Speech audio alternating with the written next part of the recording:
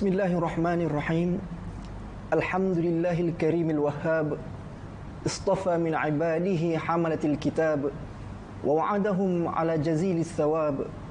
Wassalatu wassalamu ala Rasulillahi sallallahu alaihi wasallam Sayyidina Muhammadin wa ala alihi wa ashabihi wa ulaika hum ulul albab. Assalamualaikum warahmatullahi taala wabarakatuh. Waalaikumsalam warahmatullahi wabarakatuh. Alhamdulillah, apa khabar adik-adik? Semua sihat Alhamdulillah para penonton, kita bertemu lagi dalam rancangan Muqaddam. Hari ini insya-Allah kita akan bincangkan tajuk baru. Kalau episod yang lepas kita telah bincangkan tentang nun mati ataupun nun sakinah. Insya-Allah hari ini, episod hari ini kita akan bincangkan iaitu tajuk berkenaan tanwin. Nun mati kawannya mesti tanwin. Jadi sebelum kita bincang tajuk ini, mari sama-sama kita angkat tangan berdoa minta kepada Allah Subhanahu Wa Taala, ya, supaya Allah Taala berikan kita kefahaman tentang Al-Quran, ya, berikan kita fasih lidah dalam baca Al-Quran. Begitu juga konsisten dalam kita mengenal dan mempelajari hukum tajwid ini, ya. Kita sama-sama, ya. Adik-adik semua ingat doa kan? Kita para penonton boleh lihat skrin, tengok macam mana doanya. Moga-moga Allah Taala kabulkan doa kita insya-Allah. Bismillahirrahmanirrahim. Amin. Allahumma Amin. nawwir Amin. بالكتاب بصري Amin. وأطلق به لساني Amin. واشرح به صدري Amin. واستعمل به جسدي Amin. بحولك Amin. وقوتك Amin. فإنه لا حول ولا قوة إلا بك Amin. يا أرحم الراحمين Amin. والحمد لله رب العالمين.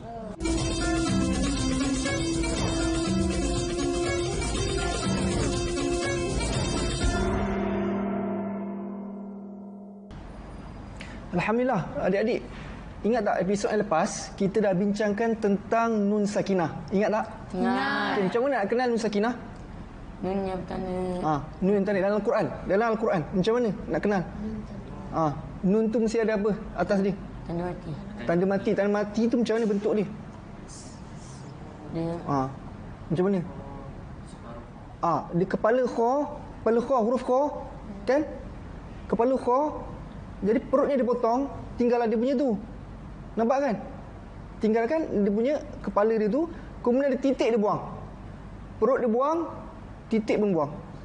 Itu sukun atau tanda mati. Letak atas huruf nun dalam Al-Quran. Satu lagi nun mati tapi tak ada tak ada. Tapi kali ni kita nak kawan kepada nun sakinah ni, namanya apa? Tanwin. Tanwin tu apa? Tanwin tu, ya para penonton, iaitu baris dua yang ada dalam Al-Quran. Macam mana nak kenal? Jadi sebelum kita kenal, kita nak tahu dulu takrif dia apa kan? Mestilah nak tahu bentuk dia macam mana, nak tahu macam mana panjang ke pendek, bentuk bulat ke apa, mesti tahu takrif dia dulu.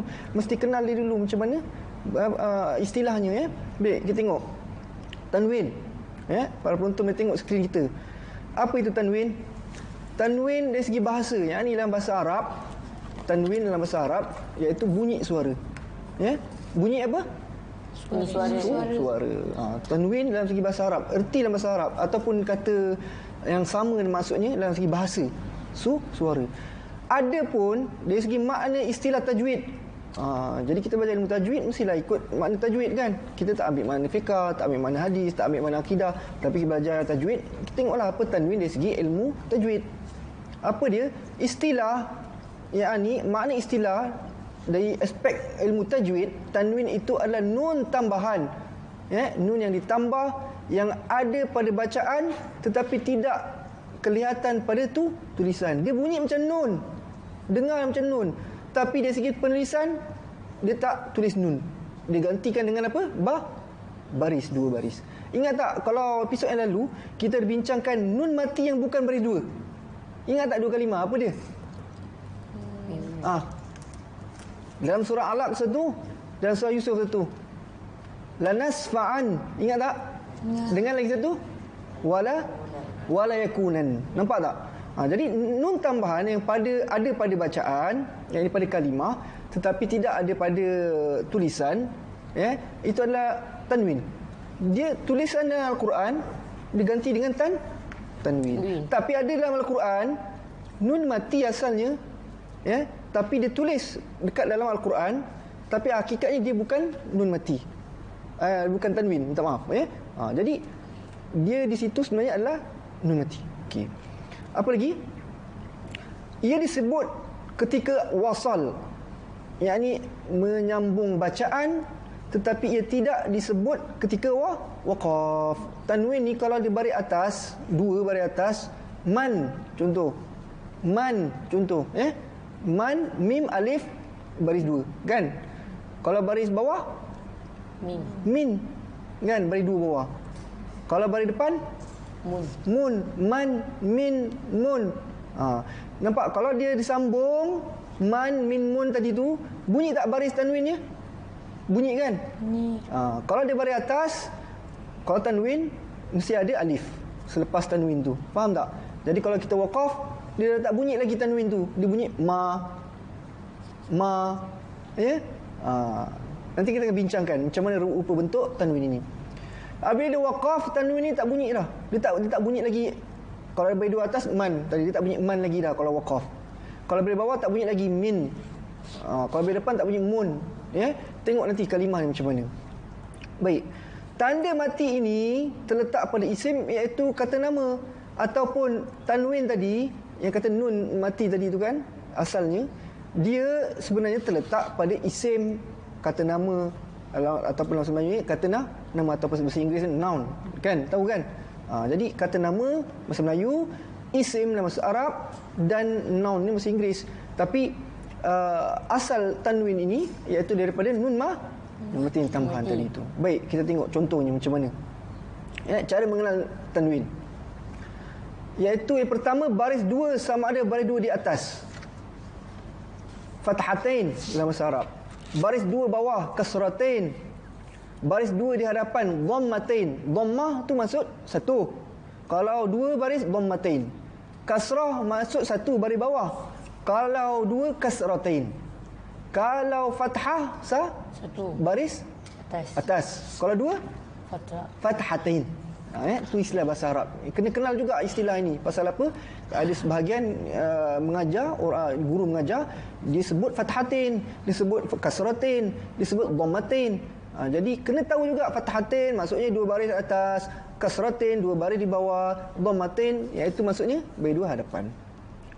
Tanwin hanya terdapat pada hujung kata nama dan di akhir kalimah. Dia tak boleh di awal kalimah. Mustahil dia tanwin depan huruf sekali. Kalimah tu di awal huruf, mana mungkin tanwin ni boleh. Begitu juga nun mati tak boleh dia awal kalimah. Begitu juga tengah kalimah, tak ada tanwin di tengah kalimah. Jadi tanwin mesti di hujung kalimah. Ketiga, tanda tanwin pada Al-Quran Rasul Utsmani. Macam mana nak kenal? Kita buka Al-Quran, buka mushaf. Bukalah mana-mana muka surat sekalipun, insya-Allah akan jumpa tanwin ini, Tapi kita kenal macam mana? Kita tengok. Pertama, nak kenal tanwin ini. Tanwin baris dua yang selari. Ada baris dua selari. Atas bawah sama. Baris dua di atas sama dia, baris dia selari. Bawah pun selari, depan pun dia berturut-turut. Tu yang pertama yang kita nak kenal tanwin, tandanya. Yang kedua, tanwin baris dua tidak selari. Kalau baris atas dia lebih sikit. Yang atas tu lebih sikit ke bawah. Kalau baris bawah dia lebih sikit yang bawah. Kalau baris depan satu sengit sebelah, macam 99 terbalik. Yang ketiga, tanwin bersama huruf mim kecil. Ada tanwin di sampingnya ada mim kecil. Macam mana dia boleh berlaku? Macam mana mim kecil ni ada? Ini ada kaitan dengan ilmu tajwid, iaitu nama hukumnya iqlab. Nanti kita akan tengok macam mana rupa bentuk tanwin ini. Yang pertama, dua baris lari. Baris-baris atas, baris-baris bawah, baris-baris depan. Begitu juga yang kedua bentuk tanwin, iaitu atasnya tak sama, tak selari, terlebih sikit. Begitu bawah juga terlebih sikit. Dan baris dua depan dia terbalik. Satu macam waw, kemudian terbalik. Itu yang kedua. Yang ketiga, tanwin bersama huruf mim kecil. Ada tanwin sebelah je mim kecil. Ada tanwin selepas dia baris bawah tu mim kecil. Ada tanwin baris depan mim kecil. Kita tengok nanti rupa dia macam mana. Okey, para penonton tengok. Yang ni baris dua selari. Tengok tanwin yang selari. Nampak tak atas tu? Yang atas sekali tu. atas garisan nampak selari kan? Itu fathatain namanya, tapi selari. Ada fungsinya, nanti kita akan bincangkan. Yang bawah pun selari juga. Tengok yang depan berturut-turut macam waw kan? Kita tengok contohnya apa yang selari ni dari atas. Apa kalimahnya? Nampak? Baladan aminan. Baladan Aminan. itu kalau kita wasal baca sambung aminan nan tu bunyi. Tapi kalau waqaf tanwin bunyi begitu tak? Tidak lagi bunyi tanwin. Jadilah dia baladan amina dua harakat. Tak apa. Okey, itu satu hal. Sekarang nak tengok dulu. Tanwinnya sekarang ni selari ke tidak? Bagi dua atas? Selari. Selari kan? Selari. Okey. Ini fathatain yang pertama, iaitu selari. Okey, kita tengok kasratain yang selari juga bawah tu. Bi ghafilin amma. Nampak tak tanwin bagi dua selari kan? Ni yang pertama ni. Bentuk yang pertama iaitu selari. Okey, kita tengok yang ketiga. Baqaratun safra. Nampak tak? Kan? Para penonton nampak, lihat tu. Ya? Nampak tanwin baris depan dua dia selari berturut-turut. Nampak tak? Nampak. Ni yang pertama, yang kedua tadi tu fathatain yang selari dua atas dua bawah, maka bacaan ni tak boleh dengung. Kalau nampak jumpa tanwin macam ni yang sama selari ni, tak boleh dengung. Hukumnya izhar ataupun idgham, ya. Yang bawah tu maknanya dia selari, dia kena dengung. Okey, ada lagi yang kedua dan ketiga yang ustaz nak sampaikan. Jadi para penonton jangan ke mana, insya-Allah kita akan tayangkan nanti dia punya skrin dia untuk yang kedua yang tidak selari dan tanwin bersama dengan mim kecil. Jangan ke mana, kita jumpa lagi selepas ini.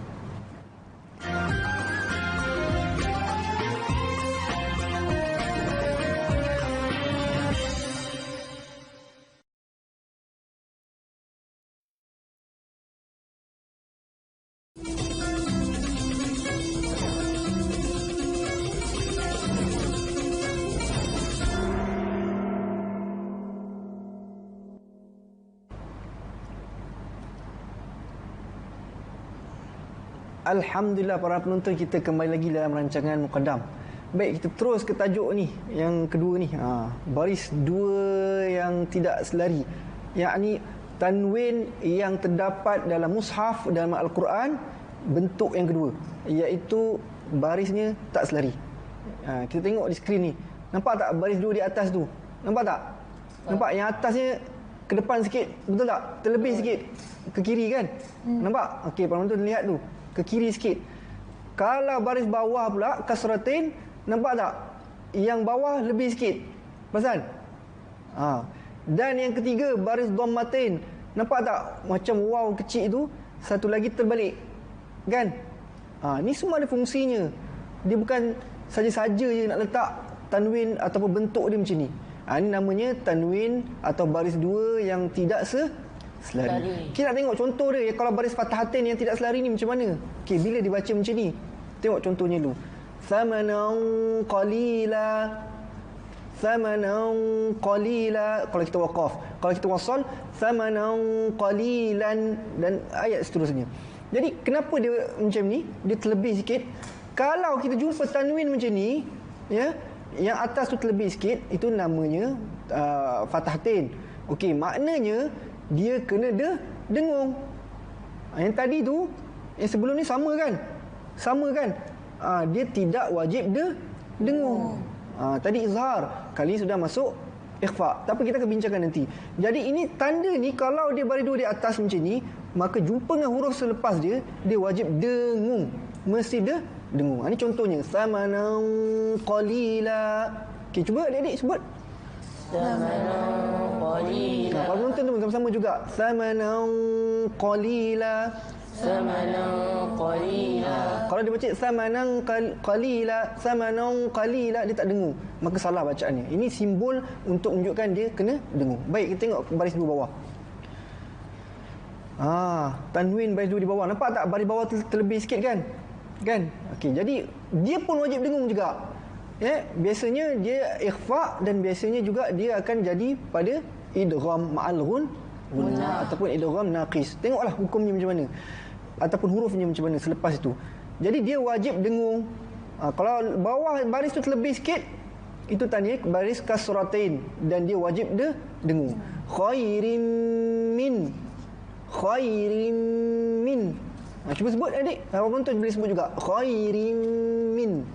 Khairim min. Dengung. Tak boleh tak dengung. Kalau ada tak dengung salah. Khairim min tak boleh. Sebab apa? Dan memang begitu kaedahnya tajwid, bila tanwin bertemu dengan mim kena dia dengung. Dan tanda nak dengung kalau baris bawah kasrahnya tu baris bawah tu dia lebih sikit. Baik, kita tengok yang huruf waw yang terbalik ni macam mana pula. Contohnya Syakirun alim. Nampak tak ra tu terbalik kan? Alimun, mun pun terbalik kan? Jadi kalau kita jumpa tanwin terbalik macam ni, ini tandanya dia adalah tidak wajib dengung. Tak wajib dengung. Ini hukumnya izhar. Izhar apa? Izhar halqi. Baik, kita dah tahu tadi yang pertama dua baris selari, betul tak? Betul. Okey, dengung tak? Tak. dengung. Okey, baris dua selari di bawah, dengung tak? Tak dengung. Baris dua depan yang selari yang berturut-turut, dengung tak? Dengung. Dengung. Ini tak, ini yang ni dengung ke tidak? Yang kita baru je belajar ni. Dengung. Yang bawah ni. Ni terbalik. Ini terbalik. Kalau berturut dengung ke tidak? Dengung. Dengung. Okey. Kalau dua baris dua yang tak selari. Nampak tak? Dengung ke tidak? Dengung. Kalau baris dua bawah tak selari, dengung ke tidak? Dengung. Kalau baris dua hadapan yang terbalik, dengung ke tidak? Tak. Nampak tak beza? Senang je. Ini nak kenal tanwin atau baris dua di dalam Al-Quran. Baik, kita lagi satu. Ada lagi satu lagi. Baris dua ni, dia di sampingnya ada mim kecil. Macam mana ni? Okey, kita tengok. Tanwin bersama huruf mim kecil. Mim kecil di sini maksudnya, nampak kat sini macam besar lah. Sebenarnya dalam Al-Quran kecil. Kita besarkan. Nanti kita tengok contoh kalimahnya apa. Jadi kalau ada mim kecil di bawah ataupun di atas baris ataupun di sebelah baris, jadi ini namanya adalah hukum iqlab. Apa hukumnya? Iqlab. Dia wajib dengung juga. Wajib dengung dan ditukarkan tanwin tadi kepada huruf mim. Tak apalah, nanti kita akan masuk juga bab iqlab ini satu hari nanti, insya-Allah. Kalau baris atas iqlab ni, maka mim tu dia letakkan atas baris atas itu. Faham tak? Seperti mana contoh nanti.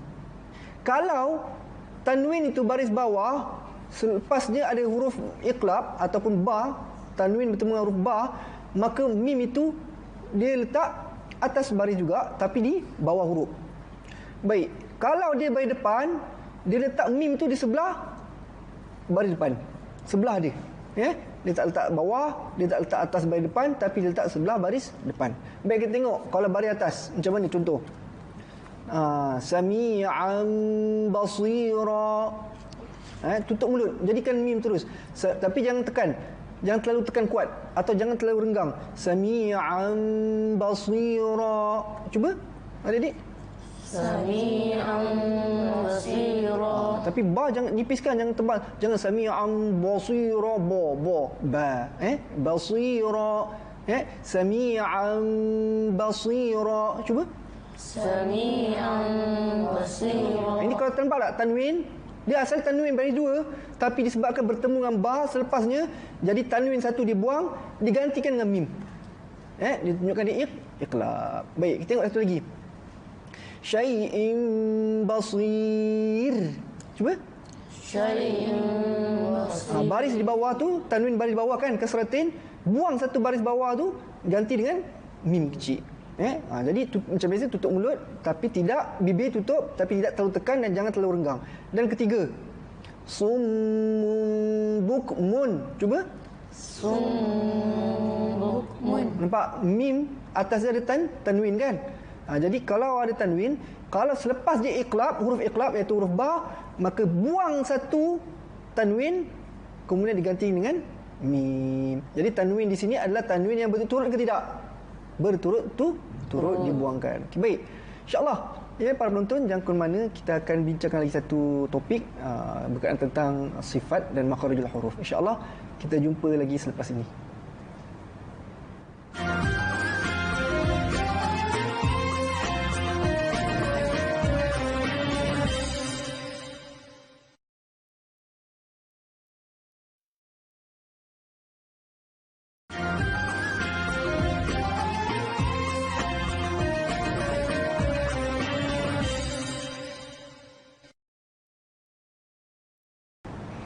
Alhamdulillah para penonton, kita bertemu lagi dalam rancangan Muqaddam. Jadi untuk segmen kali ini kita nak bincangkan pula iaitu tentang sifat huruf ha. Ya, di mana posisi huruf ha ni, makhrajnya di mana adik-adik? Huruf ha, ha simpul.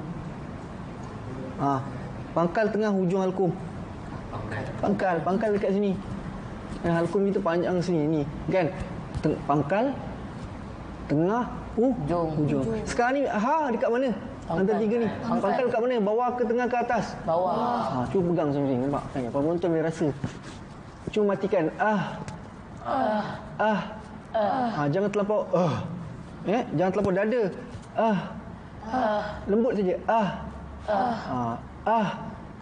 Jadi ha ni kita dah tahu makhrajnya dekat mana? Dekat pangkal halkum. Tapi dah tahu makhraj tepat keluar, kena tahu pula sifatnya. Jadi episod yang lalu kita dah belajar sifat dia apa? Yang pertama hams. Ingat tak? Al-hams ataupun kita panggil hamas. Ingat tak? Kemudian kita dah belajar apa? Al-rakhawah. Kemudian kita dah belajar apa?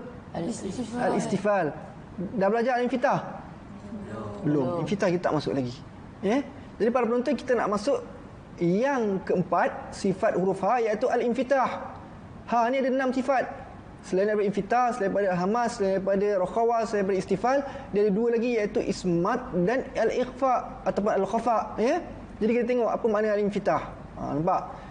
Al-infitah yakni infitah, mulut kita terbuka. Rongga mulut tu, lidah dengan langit atas tidak melekat.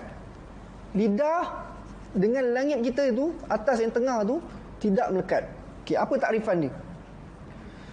Iaitu ruangan mulut yang terbuka dan tidak melekat antara lidah dan langit atas. Huruf yang infitah ini tak boleh kita lekatkan di langit atas. Okey, apa dia lagi? Ciri infitah ini, udara dan suara mengalir di tengahnya ketika menyebut huruf-hurufnya. Cuba surat huruf ha. Lidah lekat tak langit? Tak. Lidah lengak tak? Tak. Okey, kalau kita sebut kita mati tadi, ha, angin dia keluar tak? Keluar. Cuba lekatkan lidah. Boleh tak? Cuba sebut. Tu cacat. Jadi tak sesuai dengan ha macam tu. Cuba kita sekat dulu huruf ha pula. Cuba sebut. Itu bukan ha ataupun itu bukan sifat huruf ha infitah. Baik, apa kata lagi? Cuba sebut ahlahu. Cuba sebut ahlahu. Cuba lekatkan lidah kat langit. Ahlahu. Boleh tak? Tak boleh. Dia bukan begitu. Arab tak sebut begitu. Jadi pangkal halkum, sebut huruf ha, jangan lekatkan lidah kita dekat langit atas, satu. Kemudian jangan pula sekat udara ataupun angin serta suara kita ketika menyebut huruf ha ini seolah-olah macam dia tersekat. Itu bukan infitah. Jadi faham-faham ya? Adik-adik semua faham ya? Okey, para penonton juga faham. InsyaAllah akan lagi kita bincangkan sifat huruf ha ini pada episod akan datang. Semoga kita bertemu lagi dalam rancangan akan datang ya. Para penonton setia dengan kami, insyaAllah. Wassalamualaikum warahmatullahi taala wabarakatuh. Waalaikumsalam warahmatullahi wabarakatuh. InsyaAllah.